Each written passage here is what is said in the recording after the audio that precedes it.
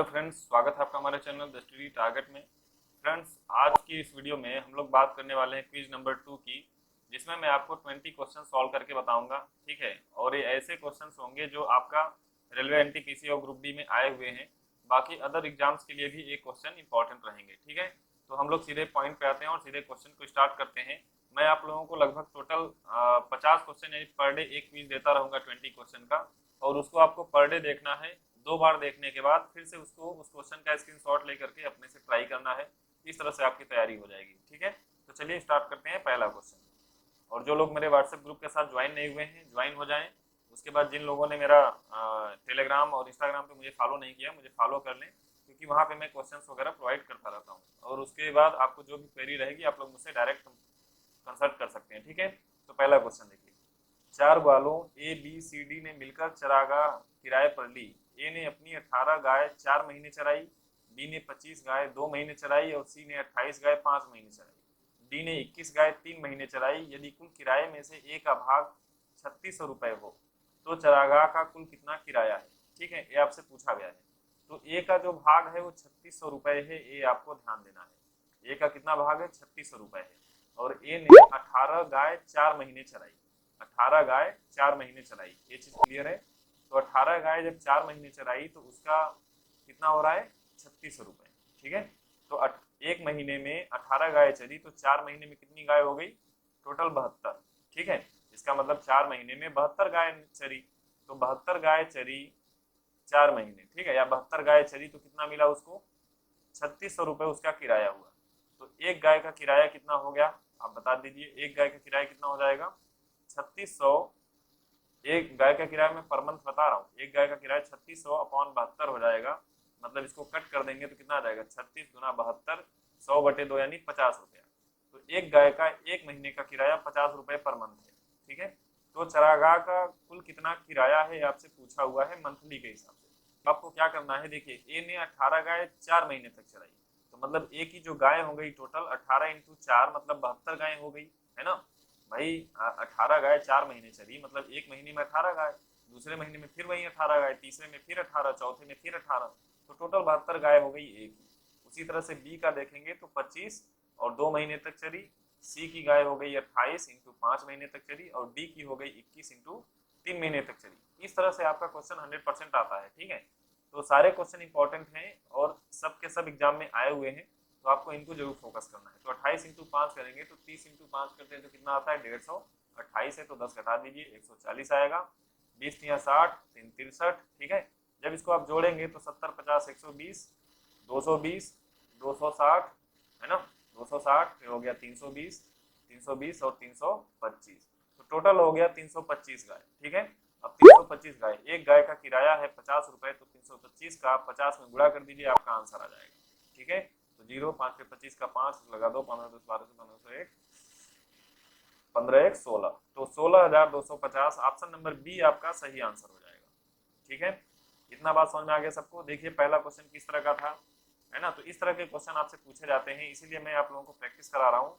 आप लोग बने रहिए, 500-600 क्वेश्चन कराने के बाद आपकी पूरी तैयारी हो जाएगी। ठीक है, देखिए एक व्यक्ति कार द्वारा नगर ए से नगर बी तक 63 किलोमीटर पर घंटे की औसत चाल से जाता है तथा 42 किलोमीटर, मतलब ए से बी जब वो जाता है तो 63 किलोमीटर पर आवर के हिसाब से जाता है, और बी से ए जब वापस आता है तो 42 किलोमीटर पर आवर से वापस आता है। तो पूछा है कि यात्री का पूरा औसत चाल।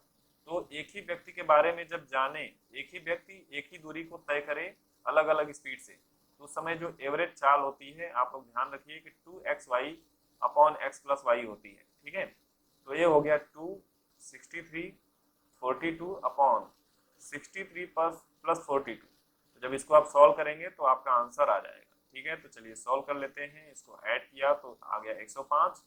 ठीक है, अब इसको आपको कट करना है। तो देखिए किससे कटेगा? 3 से कट रहा है, तो 3 3 एकम 3, 3 चौके 12, 3 त्रिके 9, 3 पचे 15। बाकी किससे कटेगा? 7 से, 7 पचे 35, 7 9 63। अब मल्टीप्लाई कर लीजिए आप, तो आपका आंसर आ जाएगा। तो देखिए 14 9 126, 126 बिना कितना हो गया? 252 डिवाइड बाई 5, 5 से कटेंगे तो 5 5 से 25, 0 5 के 20। तो ऑप्शन नंबर ए आपका बिल्कुल सही आंसर होगा। ठीक है, चलिए आगे बढ़ते हैं अगला क्वेश्चन। क्वेश्चन नंबर 3 का आंसर देखिए क्या आने वाला है। दो प्रकार के चाय के क्रय मूल्य 180 मतलब दो प्रकार के चाय हैं, ठीक है। एक का क्रय मूल्य है 80 रुपया, 180 रुपया पर केजी, ठीक है। फिर दूसरा है 200 रुपया पर केजी, ये सीपी है, 200 रुपया पर केजी, ठीक है ना। दोनों को मिला करके मतलब 5:3 में दोनों को मिला दिया गया है ए बी को, ठीक है। मिला करके 210 रुपया पर केजी, मतलब जब मिला दिए तो इसको 210 रुपया पर केजी के हिसाब से क्या किए, बेच दिए। तो उससे कितना लाभ मिला ये आपसे पूछा हुआ है। तो एक चीज ध्यान दीजिए, यहाँ पे समझने वाली चीज ये है कि इन दोनों को इस हिसाब से बेचा है, ठीक है। तो पहले वाले केस में आप क्या करिए, 180 रुपया पर केजी है, फिर वहां पे कितना है 200 रुपया पर केजी है, तो कह रहा है 5:3 के अनुपात में इनको मिला रहा है, ठीक है। तो 180 को जब 5 से, समझ लीजिए कि 5 किलो चीनी है, तो 180 रुपए पर केजी के हिसाब से उसने 5 किलो चीनी खरीदा। बात समझ रहे कि नहीं, 5 किलो, इसको 5 को हम लोग 5 केजी मान चलते हैं कि ए ने 5 केजी और बी का 3 केजी है। तो 180 के हिसाब से जब 5 किलो चीनी खरीदा तो कितना हो जाएगा, 18×5 = 90, यानी 900 रुपए, ठीक है। और 100 के हिसाब से जब 3 किलो चीनी खरीदेगा तो टोटल कितना हो जाएगा, 600 रुपए। इतना बात समझ में आई। तो क्रय मूल्य जो उसका टोटल हो गया तो 9×6=1500 रुपए हो गया। इतना समझ गए कि नहीं। इस तरह से क्वेश्चन को सॉल्व करना है। अब क्या हुआ कि इन दोनों को मिला दिया, तो जब दोनों को मिला दिया एक में, तो ये बन गया 8 केजी, और 1 केजी का दाम कितना रखा है, 210 रुपए, है ना। तो 210 से आप गुणा कर दीजिए तो 8 केजी का दाम आपका आ जाएगा, तो 0 8 1680 रुपए, ठीक है। अब आपको यहाँ से यहाँ आने में कितना फायदा हुआ, तो 1500 में से जब 1680 में से जब 1500 को घटाएंगे तो कितना जाएगा, 180, नीचे क्या आ गया, इनिशियल वैल्यू 1500 इंटू 100। बस इसको आपको सॉल्व कर देना है। देखिए 2 जीरो से 2 जीरो कट जाएगा, उसके बाद 5 से कट करिए तो 5 या 15, 5 6 30, 5 या 15, 3 से कट करेंगे तो कितना आ जाएगा, 12%। तो आपका फायदा हो जाएगा 12% का। आई होप ये चीज आपको समझ में आ गई होगी। पेन से बताना पड़ रहा है, अदरवाइज आप चाहें तो जब इसका प्रैक्टिस कर लेंगे तो आप अपने मन में ही कर सकते हैं, ठीक है। चलिए आगे बढ़ते हैं अगला क्वेश्चन। क्वेश्चन नंबर 4 इसका पूछा है कि इसका लौसा बताइए। तो फ्रैक्शन वाले का लौसा मैंने फ्रैक्शन वाली वीडियो में आपको बताया है कि लौसा की बात करें तो मतलब अंश का लौसा, है ना, अंश का एलसीएम अपॉन हर का मौसा, यही होता है आपका फार्मूला, ठीक है। फ्रैक्शन के लौसा का तो आप यहाँ पे देखिए न्यूमरेटर का अगर आप लौसा लीजिए तो ऊपर कौन कौन है, 1 है, 2 है, 5 है और 4 है। तो अगर इन सबका लौसा ले रहे हैं तो कितना आ रहा है, 20 आ रहा है। और हर का मौसा, हर में कौन कौन है, देखिए 3 है, 9 है, 6 है, 27 है। तो इसका मौसा कितना आ रहा है, 3 से डिवाइड होगा ना, तो आपका आंसर क्या आ जाएगा, 20/3 आपका सही आंसर हो जाएगा। क्लियर है सबका। चलिए इतनी चीज समझ में आ रही है। अगर वीडियो पसंद आ रहा है तो आप लोग लाइक कर दीजिए और मेरे साथ बने रहिए, आपकी तैयारी बिल्कुल हो जाएगी, ठीक है। चलिए 5, A B C D E निरंतर 5 विषम संख्याएं हैं और ए और सी का योग 146 है। तो मान लीजिए कि पहली संख्या x है, तो विषम संख्याओं में आपको याद होगा कि 1 होता है, 3 होता है, 5 होता है, मतलब 2 2 का अंतर होता है ना। तो पहली को अगर x मान लेंगे तो दूसरी x+2 हो जाएगी, तीसरी क्या हो जाएगी, 2 और ज्यादा हो जाएगी, चौथी 2 और ज्यादा हो जाएगी और पांचवी 2 और ज्यादा हो जाएगी, ठीक है। तो ए वैल्यू हो गई ए की, ए बी की, सी डी ई। अब उसने बोला है ए और सी का योग, तो इन दोनों को अगर आप जोड़ेंगे तो कितना मिलेगा, x 2x हो गया प्लस 4 की वैल्यू कितना दे रखा है, 146। तो 2x = 146 में से 4 घटा देंगे तो बन जाएगा 142। तो x = कितना आ जाएगा, 71। तो बोला है कि e का मूल्य बताइए। तो e की अगर बात करिए तो ये 71 + 8 कर दीजिए, क्योंकि 8 लिखा हुआ है, तो कितना आ जाएगा, 79 इज द करेक्ट आंसर। तो ऑप्शन नंबर डी आपका सही आंसर होगा, ठीक है। चलिए आगे बढ़ते हैं अगले क्वेश्चन की तरफ। अगला क्वेश्चन देखिए ध्यान से, थोड़ा सा हैवी लग रहा होगा आपको। देखिए अगला क्वेश्चन, किसी कक्षा में विद्यार्थियों का औसत प्राप्तांक 68 है। विद्यार्थियों का औसत प्राप्तांक है ना, तो विद्यार्थी मतलब सबका, पूरे विद्यार्थियों का। तो मान लेते हैं टोटल। अच्छा एक चीज यहाँ पे देखिए क्या बोला है कि कक्षा में लड़कियों का औसत प्राप्तांक 80 है, लड़कों का औसत प्राप्तांक 60 है। तो कक्षा में कितने प्रतिशत लड़के हैं आपसे पूछा है। तो देखिए टोटल 100% मान चलिए कि टोटल 100% विद्यार्थी है, या टोटल 100 विद्यार्थी है। ये मान चलिए कि टोटल 100 विद्यार्थी है और 100 विद्यार्थियों का जो औसत है 68 है ना। 100 विद्यार्थियों का औसत, औसत के लिए आपने पढ़ा है कि औसत बराबर कुल पदों का योग बटे पदों की संख्या। तो यहाँ पे देखिए 100 विद्यार्थी हैं, है ना, और कुल पदों का योग अगर आप निकालेंगे तो इनका औसत दे रखा है 68। तो कुल पदों का योग कितना आ जा रहा है, सिग्मा एक्स अगर आप यहाँ से समझिए तो 6800 आ जा रहा है ना। तो ये हो गया कुल विद्यार्थियों का योग। अब बोला है कि लड़कियों का औसत 80 है, तो लड़कियों का औसत 80 है, तो मान लेते हैं कि लड़कों की संख्या, मान लेते हैं 100 टोटल विद्यार्थी थे ना, तो इसमें कुछ लड़के थे और कुछ क्या थी, लड़कियां थी, ठीक है। तो मान लेते हैं कि x लड़के थे, तो 100 टोटल थे, तो 100 माइनस x लड़कियां होंगी। अब देखिए ये टोटल हो गया नंबर ऑफ स्टूडेंट, है ना। अब उसके बाद यहाँ पे क्या दे रखा है, एवरेज। तो जो लड़कों का औसत दिया हुआ है, लड़कों का औसत 60 है और लड़कियों का कितना है, 80 है। इन दोनों का हम लोग गुणा कर देते हैं तो टोटल सम हमको मिल जाता है। इन दोनों का गुणा करेंगे तो कितना मिलेगा, 60x, और प्लस कर देंगे तो टोटल के बराबर हो जाएगा, है ना। ये हो गया 100 माइनस एक्स और इंटू 80। अब ये टोटल वैल्यू, भाई ये पूरे लड़के अलग और लड़कियों का अलग कुल योग निकाल लिए, तो ये टोटल योग के बराबर होगा ना विद्यार्थियों के। तो बस इसको आपको सॉल्व कर देना है। तो देखिए क्या आएगा, 60x प्लस 8000 माइनस 80x। तो 80x इधर देखिए क्या आने वाला है, ये हो जाएगा माइनस 20x। अब ए इधर आके माइनस होगा तो आ जाएगा माइनस 1200। तो x की वैल्यू कितनी आ जाएगी, सॉरी 60। x की वैल्यू आ गई 60, तो आपका आंसर आ जाएगा ऑप्शन नंबर डी आपका सही आंसर होगा, क्योंकि मैंने जो नंबर ऑफ स्टूडेंट माना था उसको परसेंटेज के हिसाब से देखा था, तो 100% को कन्वर्ट किया था, तो ये भी क्या हो जाएगा, 60% is the correct answer. Clear है सबका, किसी को कोई डाउट है बताइए। चलिए ठीक है, कमेंट करके जरूर बताइएगा आपको कैसे लग रहे हैं क्वेश्चन, समझ में आ रहे हैं कि नहीं आ रहे हैं, ठीक है। क्वेश्चन नंबर 7 का आंसर देखिए क्या आने वाला है। एक घन तथा इसमें ठीक पूरी तरह से फिट हो जाने वाले गोलों के आयतनों का अनुपात। तो घन में अगर आप गोला बनाएंगे तो कुछ इस तरह का बनेगा, आपको घन पता है इस तरह का होता है। इसमें जब आप गोला बनाएंगे तो सबसे बड़ा गोला कुछ ऐसा ही बनेगा, है ना। तो उस गोले की जो त्रिज्या होगी, तो यहाँ से यहाँ तक देखिए टोटल घन की भुजा होती है और उसकी आधी क्या हो जाएगी, गोले की त्रिज्या हो जाएगी। तो घन की भुजा को अगर आप ए समझिए तो उसकी त्रिज्या कितनी हो जाएगी, जो आर वैल्यू होगी वो ए के आधे के बराबर हो जाएगी, यानी a/2 हो जाएगी यहाँ तक, ठीक है। तो बोला है कि घन का आयतन कितना होता है, a क्यूब, और फिट हो जाने वाले गोले का आयतन, तो गोले का आयतन कितना होता है 4/3 पाई आर क्यूब। तो यहाँ पे वैल्यू रख लीजिए a cube ratio 4/3 pi, R के जगह पे आपको रखना है a/2 का होल, ठीक है। बस आप इसको सॉल्व कर लीजिए। तो देखिए a क्यूब से a क्यूब कट गया, है ना। तो आपका यहाँ पे क्या बचा, 1, ये हो गया 4/3 पाई, 1, 2 का क्यूब देखिए 8 होता है, 2 का क्यूब 8 हो जाएगा, ए से कट गया, कितना आ गया 2 बार में, और 3 दूना 6 हो गया, तो 6 इधर आ जाएगा, तो 6/5 आपका आंसर हो जाएगा। तो सी आपका करेक्ट आंसर होगा, ठीक है। चलिए आगे बढ़ते हैं, क्वेश्चन नंबर 8 वाले में देखिए क्या तो कह रहा है कि त्रिज्या और सालनी की आयु क्रमशः 7:6 है। इनकी आयु जो है 7:6 है, 8 वर्ष बाद, ठीक है। इस समय ए वर्तमान की बात हो रही है, ये हो गया 8 वर्ष बाद। तो 8 वर्ष बाद इनकी आयु कितनी होगी, 9:8। तो पूछा है कि इनकी आयु में अंतर बताइए कितना है। मैंने एक चीज आपको बताई हुई है कि आप इसका पहले डिफरेंस देख लिया करिए। तो यहाँ पे देखिए 2 का अंतर है और यहाँ भी 2 का अंतर है, तो बस अगर ये डिफरेंस बराबर है तो कोई दिक्कत की बात ही नहीं है।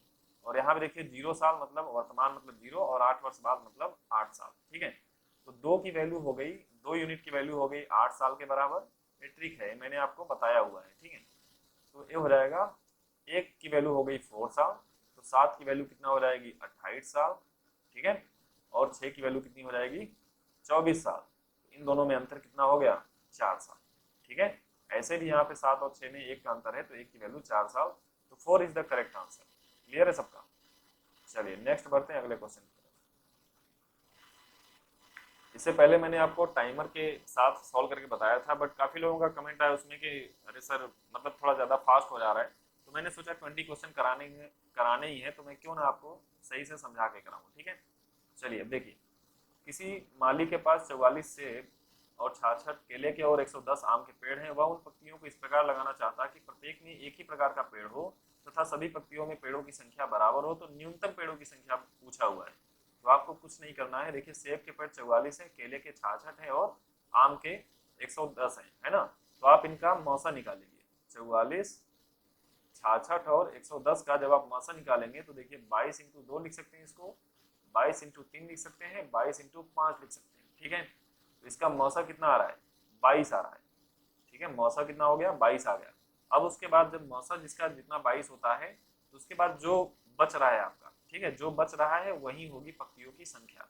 तो यहाँ पे देखिए 2 यहाँ से बच रहा है, 3 यहाँ से बच रहा है और 5 यहाँ से बच रहा है, तो यही होगी पंक्तियों की संख्या। तो आपका आंसर कितना आ जाएगा, 5 3 8 2 10 आपका सही आंसर होगा। इस तरह का क्वेश्चन बार बार एग्जाम में आता है, ठीक है, इसको आप लोग एक बार जरूर देख लीजिए ताकि समझ में आता रहे। चलिए नेक्स्ट देखिए अगला क्वेश्चन। यदि 25 आदमी किसी कार्य को 27 घंटे में समाप्त करते हैं, तो मैंने इसके लिए फार्मूला बताया है M1D1 बराबर M2D2। तो 25 आदमी 27 दिन में करते हैं, 15 आदमी इस कार्य को कितने समय में करेंगे, यानी D2 आपसे पूछा हुआ है, बस इसको आपको सॉल्व कर देना है। तो 25 into 27 divide by 15 equal to D2। अब मैं इसको कट कर देता हूँ, 5 या 25, 5 या 15, 3 9 27, 9 5 45 आपका सही आंसर हो जाएगा। Option number C is the correct answer, ठीक है। Now proceed next question. Question number 11 देखते हैं। 3 सेमी व्यास वाले धातु के ठोस गोले कितने पिघलाए जाएं कि इनमें से एक बेलन बन जाए और जिसका व्यास 4 सेमी और ऊंचाई इतना हो। मतलब 3 सेमी व्यास वाले गोले, कितने गोले पिघलाए जाए, तो मान लेते हैं कि कितने गोले पिघलाए जाते हैं, n गोले पिघलाए जाते हैं। तो ऐसे भी मैंने n इक्वल टू बताया है कि बड़े का आयतन अपॉन छोटे का आयतन। तो यहाँ पे क्या हो जाएगा, बेलन का आयतन, ठीक है, अपॉन गोले का आयतन, गोले का आयतन। बस आपको यही सॉल्व कर लेना है। तो देखिए बेलन का आयतन होता है पाई आर स्क्वायर एच और गोले का आयतन कितना होता है, 4/3 पाई आर क्यूब, इस तरह से होता है, ठीक है। बस इसको आप सॉल्व कर लेते हैं। तो बेलन का आयतन की अगर आप बात करें, इसको कैपिटल मानिए, इसको स्मॉल, क्योंकि ये बड़ा है, ठीक है।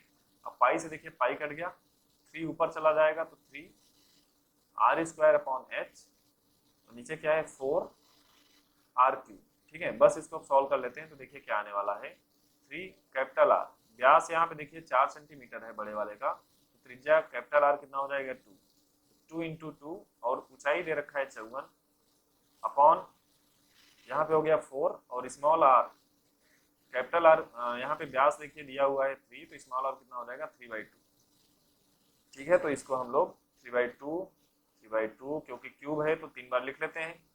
अब इसको सॉल्व कर देते हैं। ये 4 से ये 4 कट गया, ठीक है, 3 से देखिए 3 कट गया, इस 3 से देखिए ये कट जाएगा 3 एकम 3, 3 8 24, फिर 3 से ये कट जाएगा 6 बार में। अब जो ये 2 बचा है वो पलट के ऊपर चला जाएगा, तो 2 इंटू 6 ऊपर है और 2 ए वाला हो गया। तो आगे आपका 2 दूना 4 दूना 8 6 48, तो 48 इज द करेक्ट आंसर। तो आपका ऑप्शन नंबर डी बिल्कुल सही होगा, ठीक है।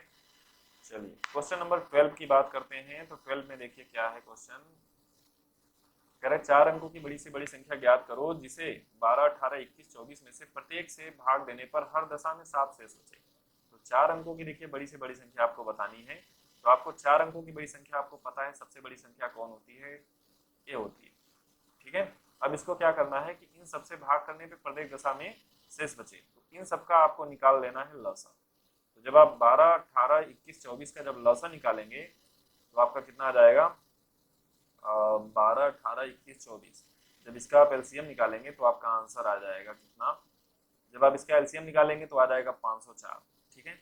एलसीएम आप लोग निकाल लीजिए, 504 आएगा। फिर क्या करिए आप 504 से ये जो संख्या दी गई है इसको कर दीजिए डिवाइड। तो 504 से जब आप इसको डिवाइड करेंगे तो डिवाइड करने के बाद आपका देखिए जो शेषफल आने वाला है वो आने वाला है कितना, 423। तो जितना भी आपका शेषफल आ रहा है ना, तो जितना भी आपका शेषफल आ रहा है उसमें इसमें क्या करिए माइनस कर दीजिए। तो 9999 में से 423 को जब आप माइनस कर देंगे तो आपका आ जाएगा 6 7 5 9, इतना आ गया। तो मतलब ये संख्या पूरी की पूरी इन सबसे पूरी तरह से डिवाइड हो जाएगी, बट बोला है कि 7 शेष बचे, तो आप इसमें 7 को ऐड कर दीजिए तो आपका आंसर आ जाएगा 59, यानी 9583 is the correct answer. Option number D आपका बिल्कुल सही होगा, ठीक है। अब जिसको ये लॉसा निकालने नहीं आया है और जो डिवाइड करने नहीं आया मुझे कमेंट करके बताएगा या मेरे व्हाट्सएप ग्रुप में पूछेगा तो मैं उसको जरूर डिस्कस करूंगा, ठीक है।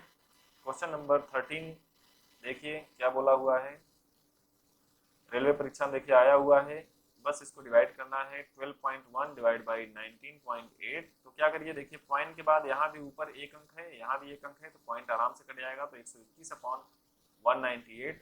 अब उसके बाद देखिए किससे कट रहा है। अब इसको अगर आप ध्यान से देखिए तो आपको समझ में आ जाएगा किससे कट रहा है, 11 से कट रहा है ना।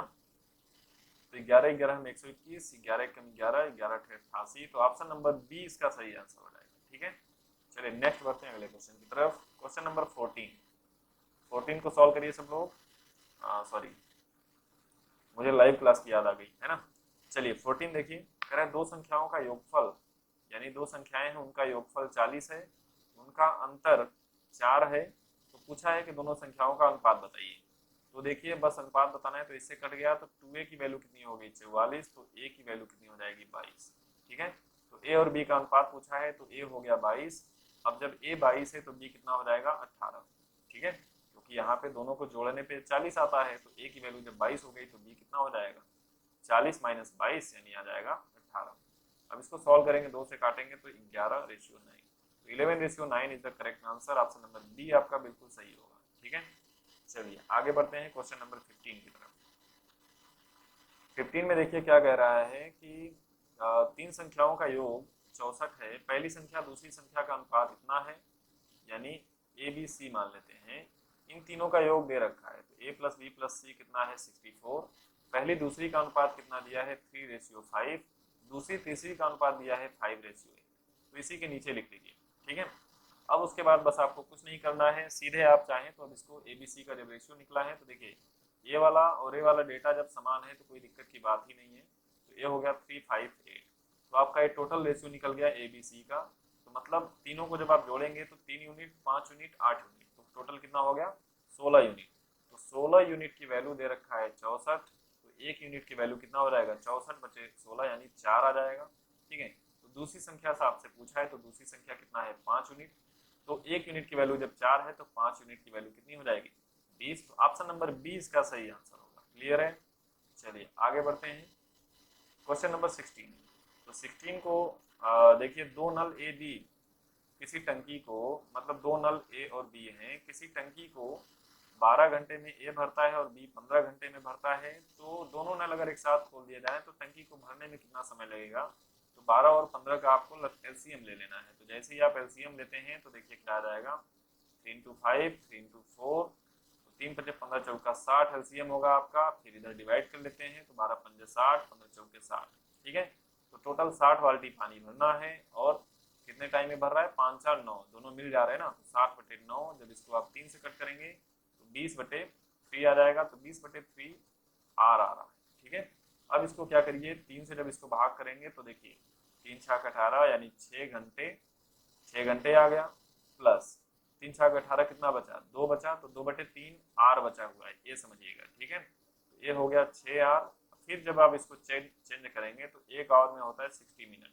ठीक है, 3 से 1 कट हो गया 20, तो आ गया कितना 40 मिनट। तो यानी 6 घंटे 40 minute is the correct answer. तो ऑप्शन नंबर सी आपका बिल्कुल सही होगा।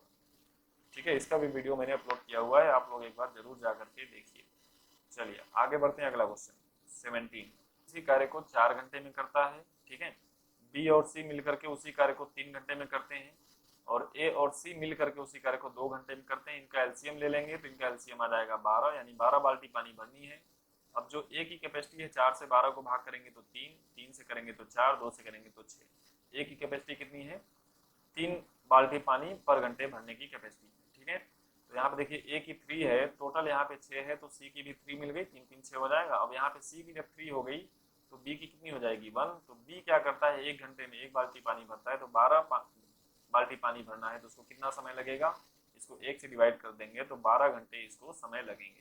तो ऑप्शन नंबर बी इसका सही आंसर होगा। ठीक है, चलिए नेक्स्ट बढ़ते हैं अगले क्वेश्चन की तरफ। क्वेश्चन नंबर 18 में देखिए क्या कह रहा है, थोड़ा सा टिपिकल आपको लग सकता है बट समझिए इसको। एक पिता तथा पुत्र की वर्तमान आयु का योग 99 वर्ष। ठीक है, दोनों की वर्तमान आयु का योग जो है 99 वर्ष है, जबकि पिता की आयु उतनी थी जितनी की अब पुत्र की है। तब उसकी आयु पुत्र की आयु के उस समय की 4 गुनी थी। पिता और पुत्र की वर्तमान आयु में अनुपात बताइए। ये आपसे क्वेश्चन पूछा हुआ है। तो देखिए थोड़ा सा क्रिटिकल जरूर है, क्योंकि पिता और पुत्र की वर्तमान आयु का योग यहाँ पे दिया हुआ है। तो मान लेते हैं, ठीक है, वर्तमान आयु का योग उनका जो है, ये वर्तमान की बात कर रहे हैं। ठीक है, वर्तमान आयु का योग मतलब फादर प्लस सन कितना दिया है 99। ये पहली कंडीशन आपकी बन गई। फिर अब देखिए क्या बोला है, जब पिता की आयु उतनी थी जितनी की अब पुत्र की है। ठीक है, अब मैं कंडीशन वाली बात बता रहा हूँ, तो यहाँ पे ध्यान दीजिएगा, पिता और पुत्र, ठीक है। जैसे मान लीजिए कि पिता अगर 40 साल का है, पुत्र मान लीजिए कि अगर 10 साल का है, तो मैं कंडीशन के लिए बता रहा हूँ। तो यहाँ पे पिता एफ है और पुत्र क्या है, एस है। ये तो वर्तमान है ना। तो अब देखिए मैं कंडीशन आपके हिसाब से बनाऊंगा, ठीक है। तो वर्तमान, ए वर्तमान है। अब उसने क्या बोला कि जितनी की ये पुत्र की है, तो पुत्र की अभी कितनी है, ये पिता की आयु उतनी थी जितनी की ये पुत्र की है। तो ये मतलब पहले वाली आयु की बात कर रहे हैं, ठीक है, पहले की आयु। तो पुत्र की आयु इस समय कितनी है, 10 है, तो मतलब 10 ए हो गई पिता की, पिता में आ गई। तो इसका मतलब जो पिता है वो कितना साल पीछे चला गया। तो देखिए 40 से जब 10 आया है तो मतलब 30 पीछे चला गया। मतलब आपने क्या किया, 40 में से 10 को माइनस किया तो मिला कितना मिला। तो आपको क्या करना पड़ेगा कि 10 जो यहाँ पे 10 है, 10 तो अभी है, तो मतलब एक कुछ पीछे जाएगा। तो ये कितना पीछे जाएगा, 40 माइनस 10 पीछे जाएगा ना। सही बात है कि नहीं, क्योंकि जब ए पीछे गया है तभी तो इसका 10 मिला है। पिता का जब 10 मिला है तो ये 30 पीछे गया है, ठीक है। तो 40 माइनस 10 करने पे ही तो 30 पीछे आया है। तो 40 माइनस 10 करने पे जब ये 30 पीछे गया है, ठीक है, तो इस वाले उम्र में भी तो 40 माइनस 10 करेंगे। तो जब यहाँ पे एस हो जाएगा, जब अब पिता की एस हो जाएगी, तो पुत्र की कितनी हो जाएगी, जो पुत्र की आयु है उसमें से क्या करना पड़ेगा आपको, ये इसका अंतर माइनस करना पड़ेगा, तब ये बन जाएगी पुत्र की। तो एस बराबर कितनी हो गई, एस आपका अब इधर पिता का हो गया, पिता की आयु पुत्र की आयु के बराबर होगी ना। तो अब इसको जब आप सॉल्व करेंगे तो S minus F minus minus plus S हो जाएगा। जब इसको आप सॉल्व करेंगे तो कितना आ जाएगा, एस एस हो गया 2s माइनस एफ। तो अब देखिए अब कंडीशन आगे क्या बोला है कि अब जब पिता की आयु उतनी थी जितनी की अब पुत्र की है, ठीक है, ये हो गया। तब उसकी आयु पुत्र की आयु के, मतलब जो इस समय आयु है यानी एस पुत्र की आयु के, तो पुत्र की आयु कितनी है 2s माइनस एफ, ठीक है। ऐसे मैं बना लेता हूँ 2s माइनस एफ की 4 गुनी है, तो इसको 4 से गुना कर दीजिए। अब इसको बस आपको सॉल्व करने हैं। तो s इक्वल टू कितना हो जाएगा, 4 दूना 8s माइनस 4f। अब आपसे रेशियो पूछा हुआ है, तो देखिए मैं इसको 4f को इधर उठा लेता हूँ और 8s माइनस s कर देते हैं, ठीक है। तो 4f इक्वल टू कितना आ गया 7s। तो आपको रेशियो चाहिए पुत्र और पिता का। तो आपको यहाँ पे सन को इधर रहने दीजिए, फादर को इधर उठा लाइए, तो ये हो गया 4/7। तो आपका रेशियो कितना आ गया 4:7 इज द करेक्ट आंसर, ठीक है। तो ऑप्शन नंबर ए आपका सही हो जाएगा। क्लियर है, इतना बात समझ में आ गया एकदम, मतलब इसका कोई इस्तेमाल ही नहीं हुआ, इसका तो मतलब मान चलिए कोई इस्तेमाल ही नहीं हुआ, ठीक है, आराम से ऐसे ही सॉल्व हो गया। तो ऐसा एक क्वेश्चन आपको देखने को जरूर मिलते हैं एग्जाम में। तो जब एक दो बार आप प्रैक्टिस किए रहेंगे तो आपको कोई दिक्कत नहीं होगा, ठीक है। क्वेश्चन नंबर 19 का आंसर बताइए। देखिए 5 क्रमागत संख्याओं का औसत 121 है, तो बड़ी संख्या क्या होगी। 5 क्रमागत क्या होती है, x, x+1, x+2, x+3, x+4, ये 5 हो गई। अब इनका औसत दे रखा है, तो कुल पदों का योग बटे पदों की संख्या। तो पदों की संख्या कितनी है, पहले योग निकाल लीजिए। तो ये हो गया 5x, 4 3 7 2 9 1 10, पदों की संख्या 5 है, तो ये हो गया औसत 121 के बराबर, ठीक है। अब 5 से गुणा करेंगे तो 12 पंजे 60 है, 605 हो गया। 5x + 10, इसमें से 10 आके माइनस हो जाएगा, तो माइनस हो जाएगा तो कितना हो जाएगा 5 9 595 इक्वल टू 5x। तो जब x की वैल्यू आपको निकालनी होगी तो 595 डिवाइड बाई 5, 5 एकम 5, 5 9 45, 119। सबसे बड़ी संख्या आपसे पूछा है, तो सबसे बड़ी संख्या कितनी है x+4, तो 119 + 4 कितना हो जाएगा 123। तो 123 इज द करेक्ट आंसर, ठीक है। चलिए नेक्स्ट बढ़ते हैं अगले क्वेश्चन की तरफ। Question number 20। क्वेश्चन देखने में थोड़ा सा अटपटा लग रहा है, क्योंकि अगर 11 होता तो नजदीक में होता है, क्वेश्चन थोड़ा सा गड़बड़ है ना। तो इसको सही किया हुआ है मैंने, क्या है इसमें सही, जो ऑप्शन से मैच कर जाए तो -7/8 -3/4, बस इसको आप सॉल्व कर दीजिए, आपका आंसर आ जाएगा। देखिए 2 से मल्टीप्लाई, ये कुछ गड़बड़ था, इसकी जगह पे -7/8 रहेगा, ठीक है। तो अब इसको आप देखिए 8 हो गया, तो -7 -6, तो कितना हो गया -13/8 is the correct answer. Option number B आपका सही आंसर होगा। तो इस तरह से आपके क्वेश्चंस आते हैं एग्जाम में, और इसी तरह से आपको सॉल्व करने की कोशिश करनी है। इसीलिए मैंने आपके लिए पूरा वीडियो बनाया है कि ताकि आप इसको देखें और प्रैक्टिस कर सकें, ठीक है। तो चलिए ठीक है, वीडियो कहीं पर समाप्त करते हैं। आप लोगों से रिक्वेस्ट है मेरे साथ जुड़े आइए और बने रहिए, आपको सब कुछ यहाँ पे मिलने वाला है 1 बाय 1, एकदम सॉलिड तरीके से पूरी तैयारी आपकी हो जाएगी, ठीक है। चलिए ठीक है, थैंक यू।